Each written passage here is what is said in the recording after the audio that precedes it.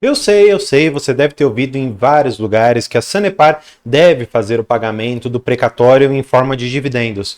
Tudo bem, eu sei, você deve ter ouvido isso e talvez você tenha comprado a Sanepar por esse motivo. Entretanto, neste vídeo eu quero trazer uma opinião diferente.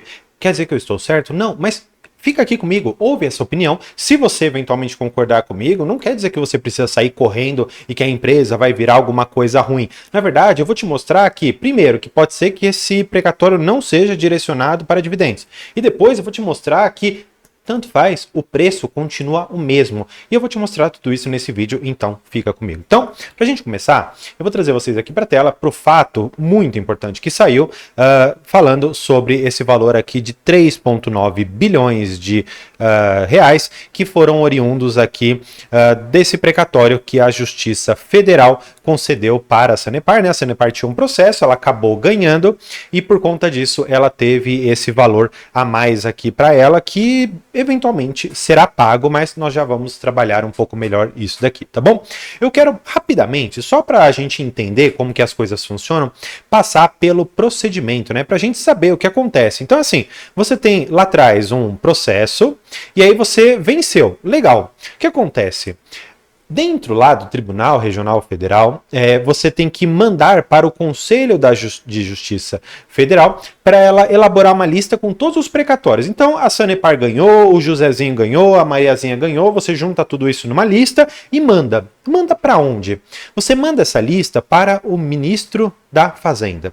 Para que ele faça o quê? Para que ele pegue essa lista, ele veja lá quais pessoas podem ser pagas e então ele fala para o presidente o seguinte, ó presidente, vamos fazer aqui uma lei. Essa lei, ela chama Lei Orçamentária Anual. O que acontece? O Poder Executivo, né, especialmente ali falando do presidente da República, né, vai ser a cabeça que vai direcionar essa lei, ele faz essa lei orçamentária, colocando lá quanto que ele precisa para pagar a folha de pessoal dele e outras tantas coisas. E aí ele fala também, olha, eu também tenho algumas dívidas. Já que você vai me dar dinheiro, essa lei orçamentária ela vai trazer dinheiro para mim, vamos fazer o seguinte, coloca os precatórios que eu tenho para pagar aí. Depois que você coloca isso, tá tudo certo? Acabou? Não. Você ainda tem que fazer o seguinte, você manda essa lei para o Congresso Nacional. O Congresso Nacional, ele vai ou aprovar, tá bom? Ele vai dar aqui o favorável, ou ele vai reprovar esse projeto aqui de lei, tá bom? Se eventualmente ele aprovar, o que acontece? Você tem a liberação dos valores para o tribunal repassar para os beneficiários, ou seja, o Tribunal Regional Federal, ele vai receber o dinheiro e depois ele vai repassar ali para Sanepar. Maravilha. Então a Sanepar ficou com os 3,9 bi que ela tem daquele precatório que ela ganhou no processo. Esse daqui é o procedimento. Só que eu tenho algumas coisas, alguns avisos importantes que eu preciso trazer para vocês. O primeiro aviso importante é que assim, o precatório ele tinha que ser escrito até o dia 2 de abril de 2024, o que de fato aconteceu ali na Sanepar, então a primeira coisa foi concluída.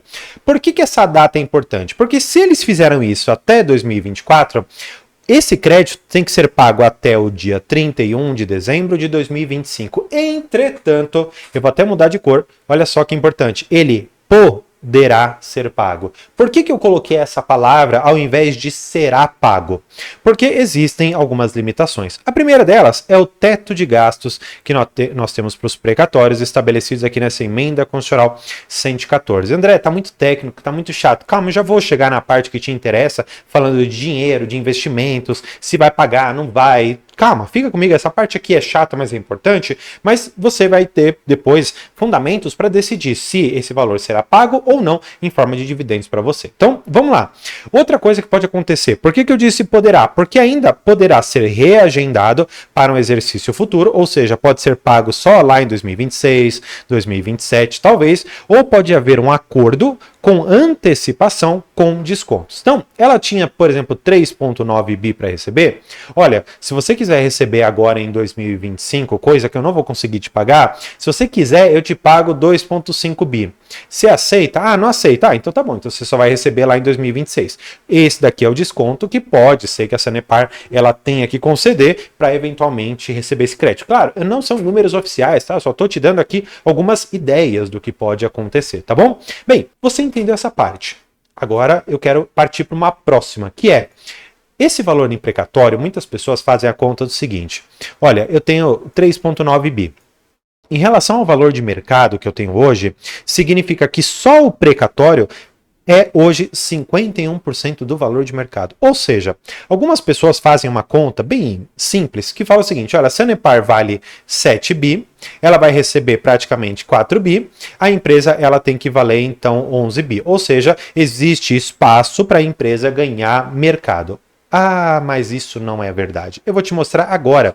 Porque o que acontece? Eu tenho a data precisa de quando saiu essa notícia. E eu tenho hoje o valor da Sanepar. Será que mudou muita coisa? Vamos ver. Olha só. Eu tenho as datas aqui para a gente dar uma olhada. No dia 17 de maio de 2024, saiu o fato relevante dizendo: olha, a Sanepar vai receber 3,4 bi. Sim, de fato, ela chegou a bater aqui seus quase 6,50. Saiu lá de 5,50 que estava até então e bateu seus quase 6,50. Ou seja, ela ganhou praticamente R$ 1 ali de valor de mercado. Entretanto, como você pode ver nessa foto, nós saímos daqui e hoje estamos aqui. Estou falando de uma redução de 8%. Ou seja, eu comprei antes de sair o precatório, eu comprei na data do precatório. Estou perdendo dinheiro só por esse fato aqui? Sim. Você está perdendo 8%. Claro, você pode ter vendido no topo, você pode ter comprado depois, pode ter comprado antes, não estou entrando no mérito. Eu estou apenas fazendo uma comparação entre o momento que saiu o fato relevante e o momento atual, para você ver se você está perdendo uma oportunidade de mercado, e eu estou te mostrando que não está perdendo uma oportunidade de mercado. Então, fica mais tranquilo que agora a gente já sabe que você, se acreditar que os precatórios vão ser pagos em forma de dividendo, você ainda está na mesma oportunidade de praticamente um ano atrás em termos de preço, tá bom? Entendeu? Maravilha. Agora, o que eu preciso começar a trazer para vocês, para eu começar aqui a minha explicação do porquê que eu acredito que não será pago esse valor em forma de dividendos. Por quê? A Sanepar, ela divulgou o seu plano de investimentos para os exercícios de 2025 a 2029, o que eles chamam de plano plurianual de investimentos. O que acontece? Na parte de água e esgoto, nós temos que atingir o que é chamado hoje de fator U. O que é esse fator U? Fator de universalização. Tá bom? O que esse indicador ele é importante para a gente? Porque a universalização veio junto com o marco do saneamento. Esse marco do saneamento ele obriga que praticamente todo mundo seja atingido pela água e pelo esgoto. Se as empresas de saneamento básico não conseguirem cumprir isso daqui até um determinado ano, que é 2028, nós teremos problemas gigantescos em termos de multas, sanções, enfim, tem muita coisa que pode acontecer. E, para não incidir em nenhuma dessas, a Sanepar ela tem esse plano plurianual. Antes, esse plano, ele estava num valor um pouco menor, não estava perto aqui da casa dos seus quase 2 bi e 400, ele estava menor. E aí, eles decidiram aumentar esse valor para os anos de 2025 até 2029, ficando aqui em 2,3 até 2,5 bilhões. Portanto, vamos fazer uma conta bem simples, tá bom? Bem simples mesmo. Eu tenho, no primeiro ano, 2 bi. No segundo ano, outros 2. Maravilha. Então, eu tenho ao total aqui, só pensando na parte de investimentos, eu tenho 4 bi. Eu tenho 3,9 para receber do precatório. Opa, quer dizer que a conta está praticamente zerada aqui. Olhando nessa ótica, significa que a empresa ela deve fazer investimentos, especialmente nesses anos de 2025 e 2026. André, mas por quê? Se ela fez o plano plurianual, ela vai investir mais para frente? Calma.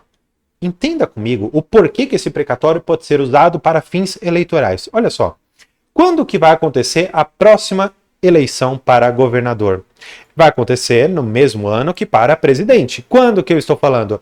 2026. O que o Ratinho Júnior ele quer?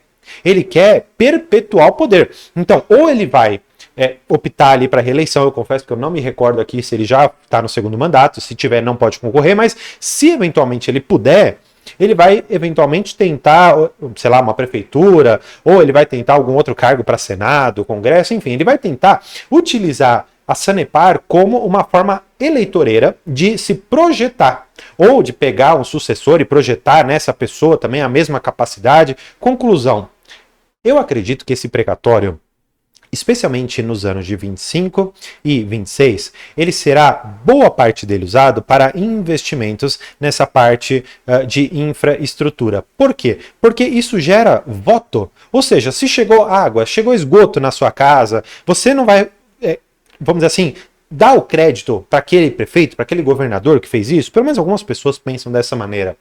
Normalmente sim. Então, é interessante que haja esses investimentos nesses primeiros anos, seja porque o próprio plano manda ou porque nós temos fins eleitoreiros por detrás, tá bom? Bem, se você não acredita em mim, olha só o que a Moody's fala, tá? Que é uma agência de rating de crédito, ela é muito bem conceituada, tá? Então, você não precisa concordar comigo, mas pelo menos escute o que a Moody's tem a dizer.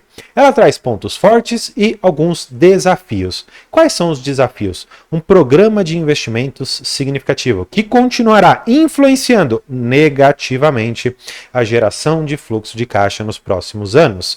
E, claro, tem risco de interferência governamental, mas isso aqui eu nem vou entrar no mérito agora, tá? Porque o que me interessa é a gente ver essas figuras aqui. A primeira delas vai mostrar uma evolução das métricas de alavancagem. Ele mostra desde 2020 e tal, mas eu quero que você veja a projeção de 2025.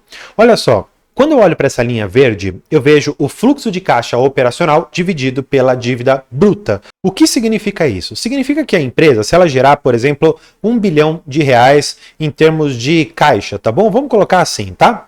E ela tem, por exemplo, uma dívida de 10. Essa relação significa, portanto, que ela tem ali uma alavancagem, pelo menos uma relação de 10%. Nesse caso aqui, que está em 30, significa que ela gera aqui 3 bilhões. E aí a gente chega em 30. Você entendeu como é feita a conta? Maravilha. Agora, eu quero que você perceba qual é a direção que essa linha está traçando. Ela está indo para baixo. Ou seja, de duas uma. Ou nós temos o fluxo de caixa operacional que ele está diminuindo, ou nós temos a dívida bruta que está aumentando. Porque ou o numerador está aumentando ou o denominador está aumentando para essa conta dar menos. O que acontece? A empresa ela vai precisar se endividar para colocar todos esses planos de pé. E ela, com a própria geração de caixa que ela tem, ela não consegue dar conta de toda a dívida dela. A gente consegue ver por esse gráfico aqui. Só que eu decidi ir além. Eu trouxe mais dados para vocês. Olha só que legal. Eu tenho esse outro item aqui que se chama cronograma de amortização da dívida. Ou seja, eu preciso dividir com vocês outro item que é importante. Existe o pagamento do principal, tá bom? E existe o pagamento dos juros. O que acontece? Esse cronograma de amortização, ele está falando especificamente da parte dos principais da empresa. A gente não está falando dos juros. O que isso aqui me mostra a princípio? Me mostra pelo menos duas coisas muito, muito, muito importantes. Que nos anos aqui de 2025 até mais basicamente ali 2028, quase também ali 2030, nós temos uma dívida que cada vez está aumentando mais. Ou seja, durante este período aqui que eu estou grifando para vocês, nós teremos uma despesa com juros muito alta. Porque, olha só, eu tenho debêntures a pagar, eu tenho empréstimos, eu tenho arrendamentos para pagar. Ou seja, a empresa nesse período aqui, ela vai ter muito a pagar e ela talvez, apesar de um fluxo de caixa previsível, ela não vai conseguir sair muito do lugar, ela vai ficar sempre presa, ela vai precisar, como a gente fala aqui, você vai puxar um pouquinho o cobertor para cima, o pé vai descobrir, se você puxar um pouquinho com o pé, você vai descobrir aqui em cima. Então assim, vai ficar aquele, tentar cobrir algum lugar. E me parece que o precatório ele entra aqui exatamente como uma luva, para que você tenha exatamente a tranquilidade de conseguir passar por todos esses investimentos, passar também por todo o pagamento dos juros e do principal. Então, vamos voltar para a tela, só para a gente entender essa dinâmica aqui. Ó, o precatório, para mim, ele vai servir para fazer o seguinte, nos anos de 2025, mais os anos de 2026. Ele vai cobrir uma boa parte dos investimentos, ele vai cobrir uma parte do principal da dívida e ele vai pagar também uma parte dos juros. Claro, eu sei, é um valor de 3,9 bi, talvez venha 4 ali com alguma correção, tudo bem. Só os investimentos já mataria, já zeraria aqui. Só que eles não vão usar tudo de uma vez. E outra, a empresa ela tem o fluxo de caixa operacional, ou seja, ela gera dinheiro. Então, uma parte desse dinheiro vai para cá, uma parte vai para cá, uma parte vai para os juros, e esses outros 4 bi vão entrar exatamente nas lacunas, ou seja, para a gente encerrar e para você entender aqui a minha filosofia do porquê que eu acredito que esse precatório não irá para dividendo, nós teremos uma dívida que vai aumentar. Nós temos investimentos muito altos. Nós temos uma geração de caixa que não está conseguindo, pelo menos nas projeções, acompanhar com a mesma intensidade a necessidade de investimentos. E nós temos ainda uma cerejinha do bolo, que é essa parte eleitoral que eu falei para vocês. Portanto, existe uma conjuntura muito grande de fatores que me faz crer que esse precatório não irá para dividendos. Mas se você discorda de mim, eu te mostrei, os preços estão iguais a praticamente um ano atrás. Então, se você tiver ali como premissa que você vai receber como dividendos esse valor, você está nos mesmos preços de anteriormente. Então, se você gostou desse vídeo, eu vou te convidar para conhecer esse outro para você continuar seus estudos. Por hoje é isso. Muito obrigado e tchau!